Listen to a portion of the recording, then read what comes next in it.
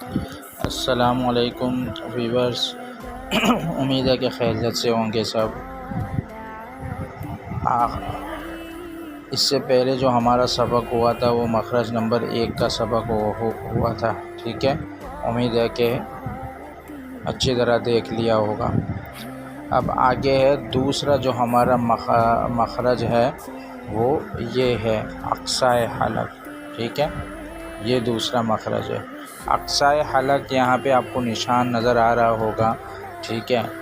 تو اقصائے حلق سے جو ادا ہونے والے حروف ہے حمزہ ہا، تو آپ کو یہاں پہ نظر آ رہا ہوگا، تیر کا نشان یہ آپ کو نظر آ رہا ہے، ٹھیک ہے۔ تو اقصائے حلق جو حلق کا جو نیچے والا حصہ ہے، گلے کا جو نیچے والا حصہ ہے، وہاں سے یہ 2 حرف ادا ہوتے ہیں۔ وہ کون سے حرف ادا ہوتے ہیں؟ حمزہ اور ہا، ٹھیک ہے۔ کون سے حرف ادا ہوتے ہیں؟ حمزہ اور یہ 2 جو ہے ادا ہوتے ہیں، صحیح۔ تو یہ دونوں جب ادا ہوتے ہیں تو یہ مخرج نمبر 2 ہے، ٹھیک ہے۔ مخرج نمبر 2 یہ حمزہ اور ہا ادا ہوتا ہے۔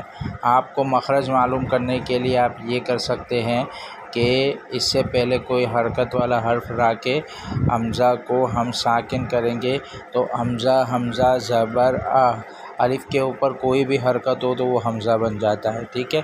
اسی طرح حمزہ لائیں گے، حمزہ اور ہا کو ساکن کریں گے تو ہا سے جو ہے کیا نام ہے اس کا جو مخرج آئے گا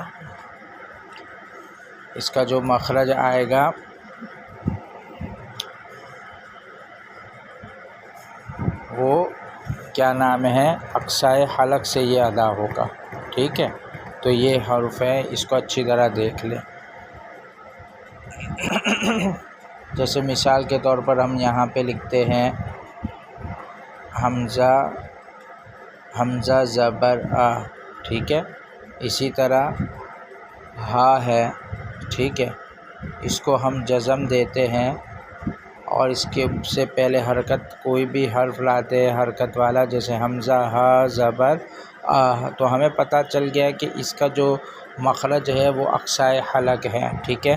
اور یہاں پہ آپ کو تیر کا نشان بھی دیا ہوا ہے، جہاں سے جو سانس نکلتی ہے، یعنی کہ بالکل گلے کا جو آخری حصہ ہوتا ہے، جو جیسے سانس نیچے جاتی ہے جس حصے سے، وہاں سے یہ حرف جو ہے حمزہ اور ہا نکلتا ہے۔